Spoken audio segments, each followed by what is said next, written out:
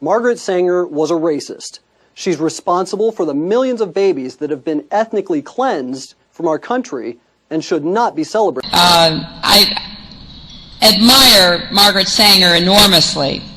Her courage, her tenacity, her vision. Another of my great friends, Ellen Chesler, is here, who wrote a magnificent biography of Margaret Sanger called Woman of Valor. And when I think about what she did all those years ago in Brooklyn, taking on archetypes, taking on attitudes and accusations flowing from all directions, I am really in awe of her. And there are a lot of lessons that we can learn from her life and from the cause she launched and fought for and sacrificed so greatly. Do you believe in sin? When I say believe, I don't mean believe in committing sin. Do you believe there is such a thing as sin? Well, I think the greatest sin in the world is bringing children into the world that have disease from their parents, that have no chance in the world to be a human being, practically. Delinquents, prisoners, all sorts of things, just marked when they're born. That, to me, is the greatest sin. And they are still holding up Margaret Sanger. Margaret Sanger is one of the worst racists. She is any grand wizard's dream bride. And they still hold her up. Founder of Planned Parenthood. Yeah. Still hold her up. The whole idea behind Planned Parenthood was, let's not tell any blacks, let's just get some black preachers. Exactly what he was talking about. Let's get some black preachers on our side, and they'll rope all of the blacks in, and we can kill all the black babies. That is the basis of Planned Parenthood. And are you kidding me? How many African Americans even know that? How many really Almost even none. Understand that? And that the Democratic Party will still give Margaret Sanger awards is an outrage. You know, I know who Margaret Sanger is.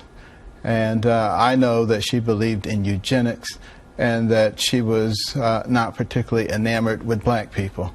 And one of the reasons that you find most of their clinics in black neighborhoods is so that you can find a way to control that population. And I think people should go back and read about Margaret Sanger, who founded this place, a woman who Hillary Clinton, by the way, says that she admires. Look and see what many people in Nazi Germany thought about her. In her praise for the eugenics programs in Germany, Sanger called for the implementation of such programs in the United States, specifically targeting African Americans. The following editorial was published in the 1932 issue of the Birth Control Review. The Negro problem is one of the most complicated and important confronting America.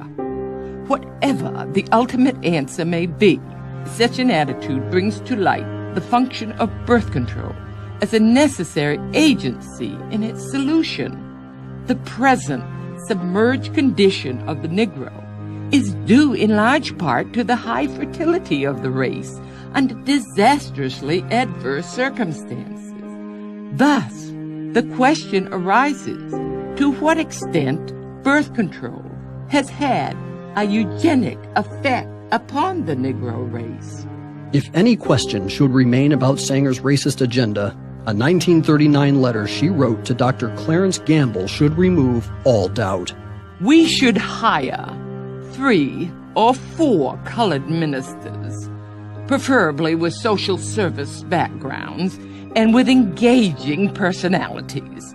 The most successful educational approach to the Negro is through a religious appeal.